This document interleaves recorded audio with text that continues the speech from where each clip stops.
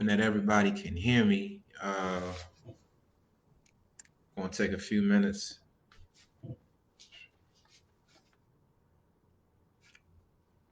Really happy to be here. Those of y'all who are unfamiliar with who I am or what it is that I do, I guess. My name is Sam P.K. Collins, also known as Rise Plug Queer Glenwood. I am a grassroots journalist, an educator, and I do a lot in terms of organizing around um, Pan African self determination and Pan African nationhood, in the sense that we, as Black people living in the continental United States or living in the United States, I'm of the understanding that we are part of a global African diaspora. And I espouse Pan Africanism in the sense that we, given our history and our relationship with this country that is the United States of America, we cannot afford to identify as Americans because we were not brought here as Americans. And the Europeans who formed the United States of America, them and their descendants have always oppressed us in this country. Reason why the racial caste system was created, and those people who identify as white, they are called Americans, whereas we are called African Americans, or our American identity is hyphenated. So, no, I have American citizenship, but I do not consider myself an American. And that is the mindset that I always encourage of the Black people in this country to have. And it is a mindset that I will always have, which leads me to the point that I'm making here today, in my video, which is called "The Time for Pitying Ourselves is Over." As you can see, I have the red, black, and green behind me. I believe in Pan-African nationhood. I believe that we as Africans in the United States of America must identify not with the colonizer government, but with African people all across the diaspora, whether they live in the Caribbean, whether they live in Canada, they live on the African continent, Europe, wherever they are in the world, we have to identify as Africans in that sense. Now, why am I saying this? I'm saying this because I'm speaking in reference to what happened on Wednesday down at the U.S. Capitol with the attempted coup. Let's call it what it is. It wasn't a protest. It was an attempted coup, and it was an insurrection that I, for all intents and purposes, understand as a coordinated effort between militiamen and women who supported Trump and members of the Trump administration who are working within the U.S. Capitol and other apparatuses. This is no different than what happened during the Reconstruction era when African people were no longer chattel slaves, but they were gaining political power.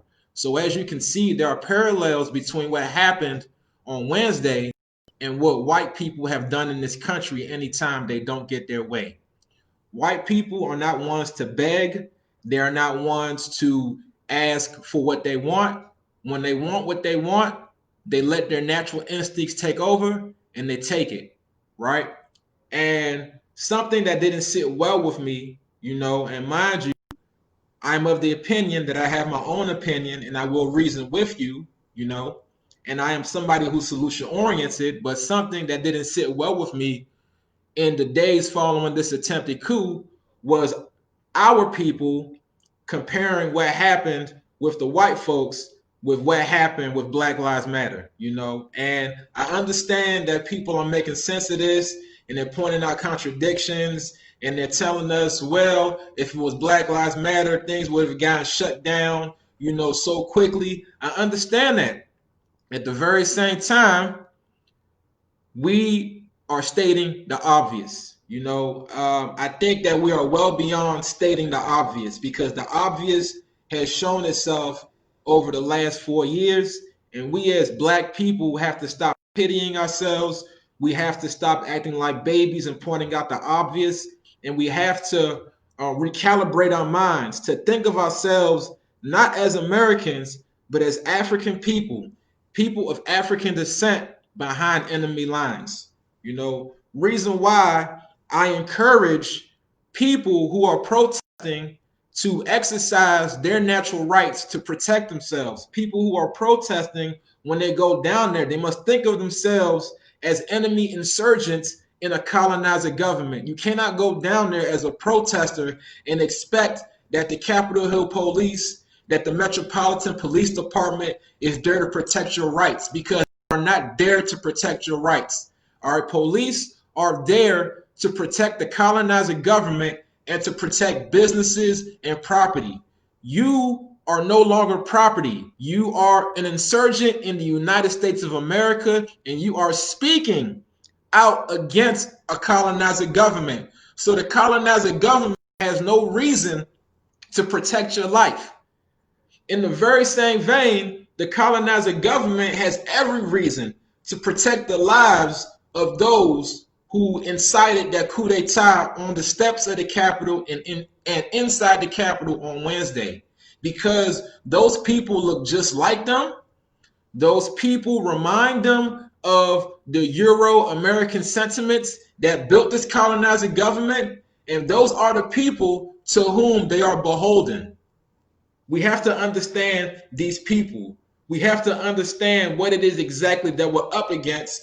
And once again, like I say time and time again, we have to think of ourselves not as Americans, but as Africans who need to be in connection with the rest of the diaspora before we continue to fight. What I have right here for y'all, some good reading material. I highly encourage y'all to pick this up. The selected writings and speeches of Marcus Garvey, Marcus Messiah Garvey, right? A prophet in my eyes. He is a modern day prophet. And as a Rasta man, you know, now I'm going to go on a tangent sometimes, so you guys got to follow me, right? Not only am I a Pan-African nationalist, I also identify as a Rasta man in the very sense that I look at, you know, not only the holy scriptures that were stolen from us and fed back to us to enslave us. I see in those scriptures pretty much a prediction, right, of what is coming, you know, to us and what has happened to us and what it is that we must do. We are in the Babylon system, and we as African people need to understand our true identity. We need to understand that we are Nazarites, that we are the first, right? That we were chosen by the Most High to stand up on our own 2 feet and to be self-determined, right? And when we fail to think like that, we stay in slavery, you know, for perpetuity, okay? We stay perpetually as slaves when we forget that we are the original man and women, when we forget our Afrocentricity, when we don't understand ourselves as people who deserve independence, right? And we fail to do that when we continue to ask for our independence, when we don't stand up for what is ours. So we got to keep speaking truth to power, not only doing that, but acting in so. And part of that is organizing as a nation and building industry alongside politics. I would even go as far as arguing that we build industry before politics. So that is part of the reason why I'm an educator, because I'm of the understanding that with an education, especially an education that teaches you about yourself and helps you look at American history and global history in the context of our struggle, that you can apply that knowledge and that knowledge of self to anything that you want to do. We as African people need to build up our skills, and we need to be able to do things not in our own self-interest or in the interest of assimilating into American society, but in the interest of building our own societies. Whether that society is in the United States of America or whether you want to repatriate to the continent, whatever you want to do is on you, but you have to identify as an African, and you have to be of the mindset that we are not Americans, and we have to use our skill sets in order to build up our own nation, to build up our own communities, to build up our own families, and most importantly, to build up ourselves the way the Most High always intended it. Now, back to this. The selected readings and speeches of Marcus Messiah Garvey. The excerpt that I'm going to pick comes from The Resurrection of the Negro. And this was Marcus Messiah Garvey's speech that he gave in Liberty Hall, New York City's Liberty Hall, on Easter Sunday of 1922, 99 years ago almost. So this Easter will make it 99 years since he made that speech. Those of y'all who are Garveyites or Pan-Africanists, you guys already know that we commemorated 100 years of the red, black, and green. The red, black, and green was given to us, right, through a convention where we established our nationhood as African people, and we told the world that we are going to be sovereign. We are sovereign, I admit, only in name, but that is because we have forgotten what has happened to us, and we have mistaken the civil rights movement as a motive for us to assimilate into this country. But that is not what we should do. We should always practice nationhood, and Marcus Messiah Garvey spoke about that. The reason why I picked this excerpt is because he is speaking about the reactions of the European and what it is that the European is doing and why it is they're doing what they're doing and what it is that we as African people should do in response. Once again, this comes in a speech that he made on Easter Sunday in 1922, almost 100 years ago. And I'm going to read toward the end of that speech. And I quote, "The difference between the strong and weak races is that the strong races seem to know themselves, seem to discover themselves, seem to realize and fully know that there is but a link between them and the Creator, that above them there is no other but God, and anything that bears human form is but their equal in standing, and to that form there should be no obeisance. There should be no regard for superiority. Because of that feeling, they have been able to hold their own in this world. They have been able to take care of the situation as it confronts them in nature. And because of our lack of faith and confidence in ourselves, we have caused others created in like image to ourselves to take advantage of us for hundreds of years.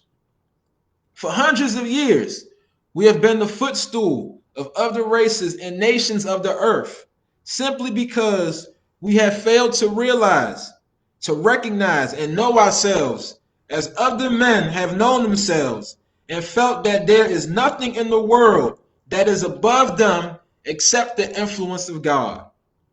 The understanding that others have gotten out of life is the same understanding that 400 million Negroes must get out of this existence of ours. I pray that a new inspiration will come to us as a race, that we will think of nature as our servant, that we will think of man as our partner through life, and go through the length and breadth of this world, achieving and doing as other men in other nations and other races. Beautifully written. A few clarifications I want to make, once again, as a Rasta man. So mind you, Marcus Messiah Garvey was a Christian. As a Rasta man, people might consider us, Christians and whatever else. But me, I'm not a Christian. I don't hold Haile Selassie as a Messiah. I look at him as an ancestor and a prophet. So if you want to categorize me in any Abrahamic religion, so-called, I guess you can call me a Jew or a Hebrew, right? I identify as such, because if you look in Genesis, you see the Garden of Eden and you see the 4 rivers or 4 bodies of water. They led to Ethiopia. And if you look at the Beta Israel in northwestern Ethiopia, they identify as the Solomonic dynasty, the dynasty that was formed out of Ma Ruth and the king that she married, who birthed David, and then from there, who brought King Solomon, who reestablished the temple in 1 Kings chapter 8. And that temple is where you find the Ark of the Covenant that was given to the different patriarchs in the Bible. Now, mind you, I am a Rasta in the sense that I identify with the African continent, and I know that the African continent is the center of human civilization. I know who I am. The question is for my brothers and sisters who continue to beg for the pity of the colonizer government. Do you know who you are? Do you understand that we are in a race war? Do you understand that in nature, big bank takes little bank? Do you understand that people will not keep kicking you down when you beg them to stop? We got to meet force with force. And that doesn't necessarily mean we go into the Capitol as well and blow it up. But Marcus Messiah Garvey always encouraged us to be industrious.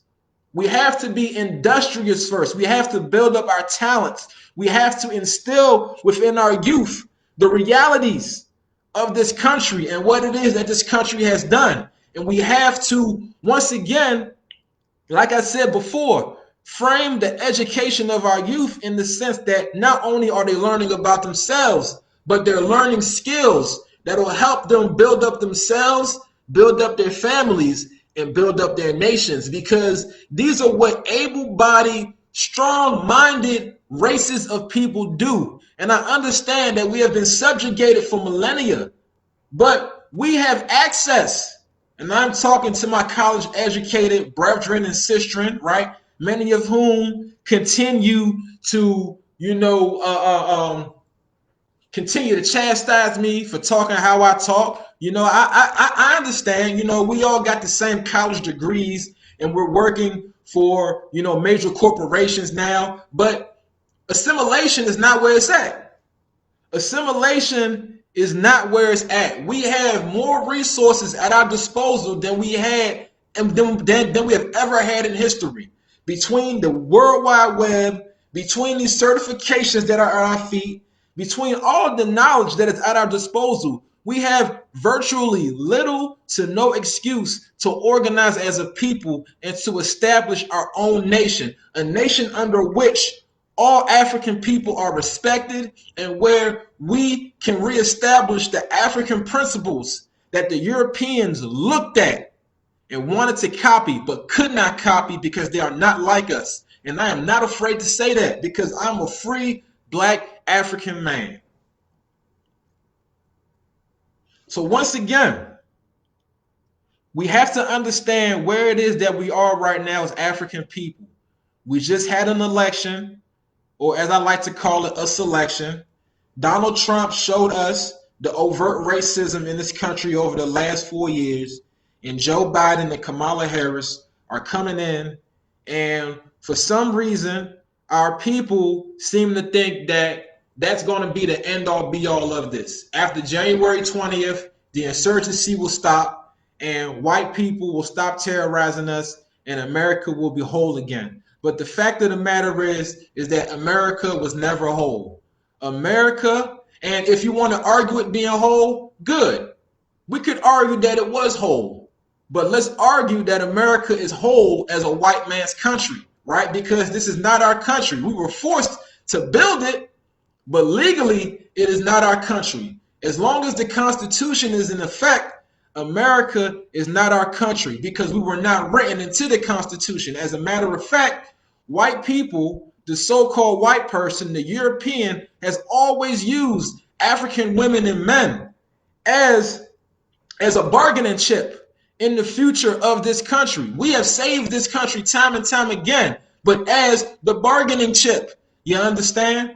Okay? The bargaining chip. And the first example of that was the compromise that made us legally 3/5 of a person and established the Electoral College.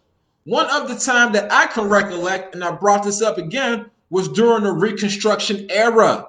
During the Reconstruction era, yes, when during that time in political history, African men and women in this country amassed great political power. We held positions in office. Due to the population in the southern states, we ran stuff down there. In addition to having the industry that we learned as slaves, we had political power, but white people were not going to let that happen. They, once again, throughout history, they terrorized towns. They terrorized cities. They terrorized their kinfolks in elected office, and they pressured them to pull out the federal troops of the South and to end Reconstruction. And that is how Jim Crow started. Jim Crow started because of white terrorism. Anytime that white people in this country did not get what they wanted, they acted on their own accord and they broke down shit. That is what they do. And their white cousins, their white liberal cousins in office, stand by, let it happen. They go in the back room and they make concessions with us as bargaining chips. And it has happened time and time again. And if you guys, those of y'all who doubt me, if you need, by any chance, if you need a present day example, let's look no further than Joe Biden. Yes, Joe Biden, this congressperson who spent many a decade, in the chambers of Congress, wheeling and dealing, walking that line, right? Because that is what Americans like. People who identify as Americans, people who enjoy all that America has, they enjoy moderation. They enjoy moderates who give them a piece of the so-called freedom that we enjoy, but help hide the fact that that freedom came on the backs of poor people of color, poor African people. That is what Joe Biden represents. If you look at the debates that took place leading up to the election, Joe Biden was not talking to us. People thought that he was talking to us, but if you listen very closely, you will see that Joe Biden was speaking to his white counterparts in the police department. Joe Biden was assuring them that as president, he would not be radical, that once again, he would toe the line, he would keep us in line, and he would make sure that no reforms, nothing would get overturned. That is what Joe Biden was in office for. Joe Biden was in office to bring America back to normalcy, to bring back some moderation, the same moderation that kept Obama in office for 8 years. Okay, that is what Joe Biden was there for. And, shout out to The Intercept, the white progressives or whatever you want to call them, they broke the news some weeks back before the new year, right? And, in this country, right, anytime you're looking in this country and anywhere around the world, you see signs of a new stage in our fight for self-determination, right? First, we had the race wars, okay? And then we sort of won the race war when we got new laws put in place, so-called. But now we have a class war. We have a class war and we got a gender war, okay? I'm not afraid to say that. We have a class war because we have Negroes, Africans in our midst who act as buffers between the elites and between the masses, okay? And these people in these buffer groups, they are represented within the legacy civil rights organizations, within the liberal news organizations, and within the corporations. They are the ones who they bring into the back rooms to will and deal and to create things that are of no benefit to us. But they forget, now we have Zoom. If you guys recall back some weeks ago, Joe Biden was talking to members of these buffer groups. The Reverend Al Sharpton, Mark Morial, so forth and so on. And Joe Biden, right, when these buffer group representatives, when they were trying to get Joe Biden to understand that now's the time for reformation, Joe Biden slowed them down and put them in his place, put them in their place. He pretty much talked to them as if they were babies. He told them there's no room for there's no room for, executive orders. There's no room for overturning things that have been normalized. There's no room for a fast track to revolution, pretty much. That's what Joe Biden was telling the people who represent these buffer groups. So you have to understand that these people are not our friends. These people do not listen to us. These people take our cries and they do not pity us. As a matter of fact, they're bloodthirsty. They're ritualistic. They take those cries. They take videos of our men and women dying in the streets and they look at it and they laugh at us. And they pray to their gods and they go outside and they do it again and they keep us in a ball of confusion. So we are behind enemy lines. So not only do we have the Urugu as our enemy, but we got our class enemies within the so-called African American community as our enemies as well. That is our struggle. And you see it the same way all across the diaspora. In Liberia, you got George Weah, also known as Opong, right? He's building houses, he's working with people, mining gold, things like that, harboring all the resources away from the people. It can be argued the same is happening in Ghana. All throughout the African diaspora, we have people who have enjoyed the fruits of the civil rights movement, and they are taking advantage of us. They are keeping us mired in fantasy. They are making us think that if we just wait a bit longer, if we just march and act all good, if we act within the parameters rather, if we act within the parameters of what they want for us, that we will get freedom one day. But that's not what's going to happen.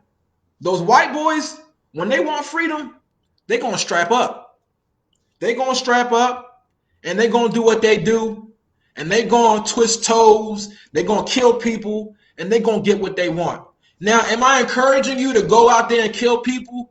Nah, not at all. Not at all. Because once again, we are behind enemy lines, and pretty much we are outnumbered, okay? And quite frankly, some of y'all are scared anyway. What I will encourage, though, is a change in the mindset. I highly encourage you guys to no longer think of yourselves as American, but to identify with the African continent, to identify with the African diaspora, for that matter. Well, Sam, I'm not like you. I don't have, any direct connection to the continent, because that's what folks like telling me. Well, your folks are from Liberia. I can't identify with Africa. My folks have been here for generations. Listen, man, there's something called migration. There's something called AfricanAncestry.com.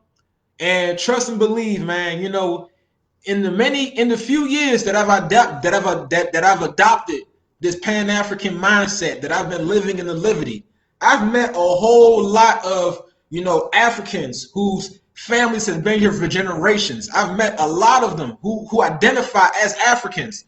So if they can identify as Africans, what's stopping you? I know what's stopping you. Your affinity for the United States of America. That's what's stopping you. You clearly lack the understanding that we are American only in name. And not even that, because like I said before in this broadcast, they hyphenate the American anytime they talk about us. When they say American, they ain't talking about me. They talk about a Urugu. They're talking about an Italiano, right? A WASP. They're talking about, a Russian, somebody whose family has, even like an Ashkenazi Jew, okay? A white Jew, all right? They're talking about those people whose family has been here for at least a generation. They might have changed their names a little bit, and they assimilated into American society. As a matter of fact, one can argue this might mess y'all up. I might lose followers for this. Let's talk about white Latinos, so-called Hispanics, Latinos who phenotypically, right, have the white skin, the complexion for the acceptance, right? Okay. Whatever the saying is, right? They too are assimilating into American society, and they too are running away from their indigenousness. But one can argue that the white Latinos weren't even indigenous in the first place. They can argue that they have European blood versus, black Latinos who have African blood, whose ancestors were enslaved and brought here and might have mixed with the indigenous people that were found in America when Christopher Columbus came here. The overall point that I'm making is that we have to stop thinking of ourselves as slaves. We have a slave mentality all across the diaspora, and we continue to look to them as our providers and as our saviors, and that is not just the case. Now is the time for us to stop pointing out differences in how they treated Black Lives Matter protesters versus insurgents. Only time I will accept anybody pointing that out is if you come with a solution. If you don't come with a solution and you're complaining just for the sake of complaining, I will make a healthy assumption that you want to identify as an American and you have maintained hope in the system that has shown us it has no regard for us. So with that being said, because I'm only going to give y'all 30 minutes, it's the Sabbath. I'm cooling. You know, I'm reading Garvey here. I might open up the Selassie version of the Holy Bible. I might open up some more text, things like that. But I'm going to leave y'all with this, okay? I'm actually going to find one more thing that Garvey wrote. Because I've been reading this afternoon. I got to read this stuff to keep calm sometimes because, you know, some of y'all be irking my nerves, you know, like it's like some of y'all hate me for saying what I say more than you hate the white man for doing what he did. And that to me is just coon behavior. Forgive my language. Cause y'all always seem madder at the people speaking the truth than y'all do the people perpetuating violence against us in all forms. So I got to talk about Garvey because Garvey is my man, you hear me?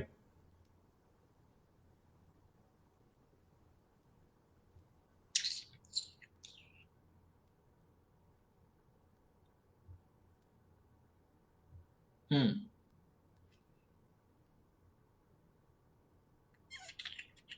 My God, let me find it real quick. I'm sorry. Hold on, y'all. Let me find this real quick. Man. All right, here we go. Oh, man. Garvey. Hey, cuz. Garvey was not holding back, y'all. You hear me? He called himself an African. Garvey said, don't give me Jamaica. Jamaica is small. I'm not going to trade Jamaica for a whole continent. All right, this excerpt I'm reading comes from his speech that he made in 1922 on Black Love Day, February 13th. Black Love Day, February 13th,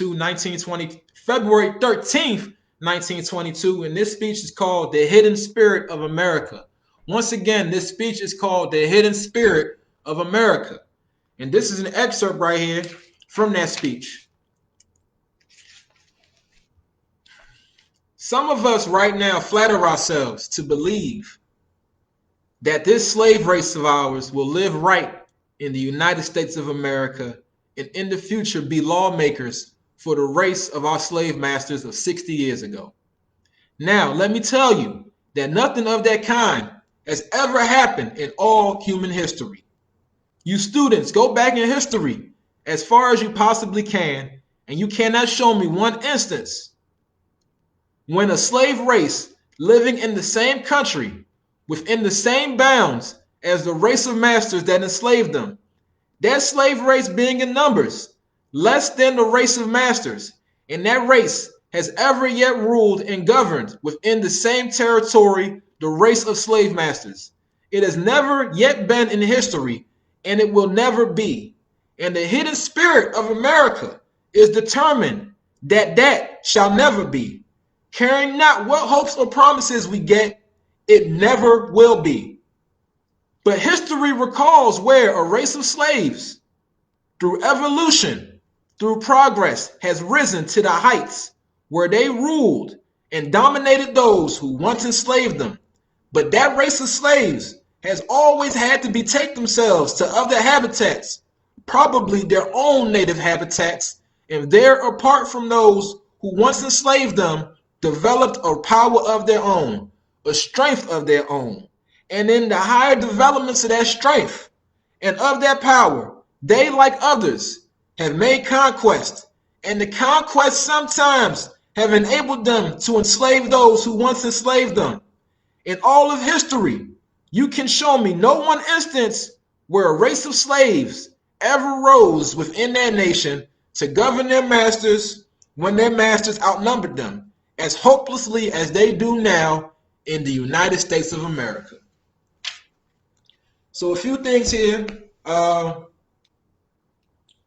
Garvey is espousing separation, and a lot of people called him an extremist when he, as did Elijah Muhammad, met with the Ku Klux Klan, because, you have moderates and then you have extremists, okay? People who are on, both sides of the spectrum.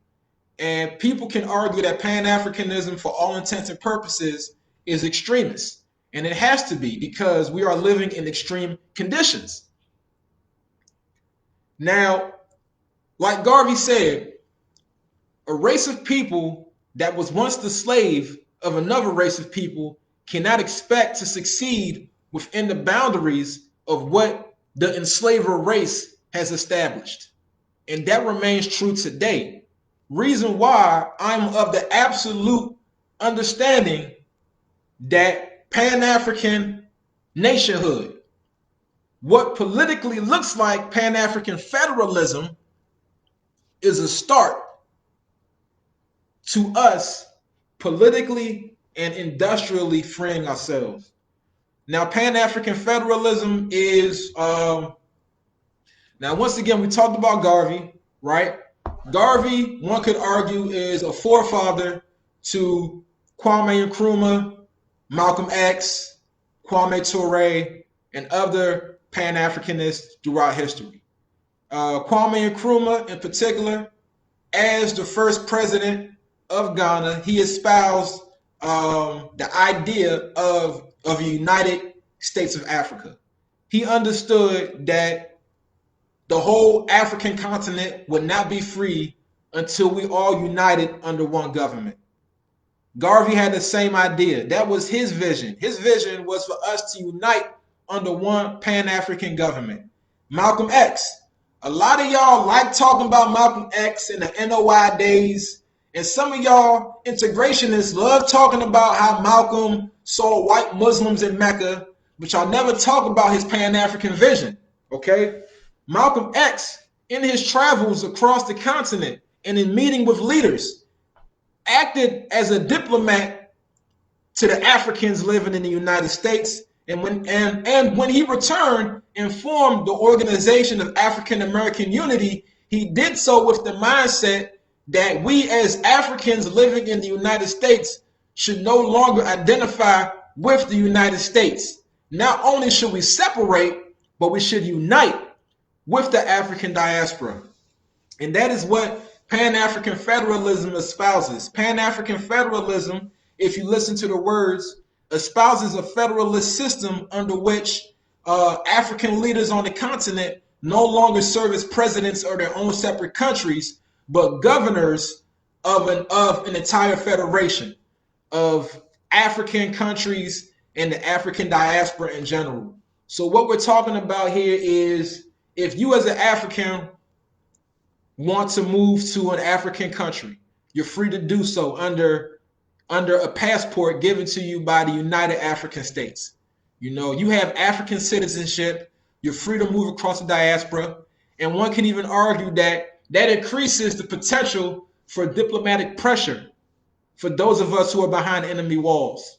Because right now we're behind enemy walls, and even though we have some African countries doing their best, you know, to create resolutions and to get the United Nations to understand what's going on, we do not have the power that we need internationally, and we will not have that until we unite as one across the whole diaspora. So I leave on this note. If you haven't done so already, you need to follow the Facebook page for the Banneker City LCC of the Pan-African Federalist Movement. This is a movement for the unification, the political unification of the African continent. It is very important that we start thinking of ourselves as Africans and that we continue to work toward a Pan-African nationhood, because we have nobody but ourselves. The Most High is inside you. Don't let any man or woman, regardless of race, creed, or whatever, tell you what you are not or who you are. You define yourselves. So we are going to be self-determined Pan-Africanists. Once again, I'm going to put it in the chat. That's the Banneker City LCC of the Pan-African Federalist Movement. You look it up on Facebook.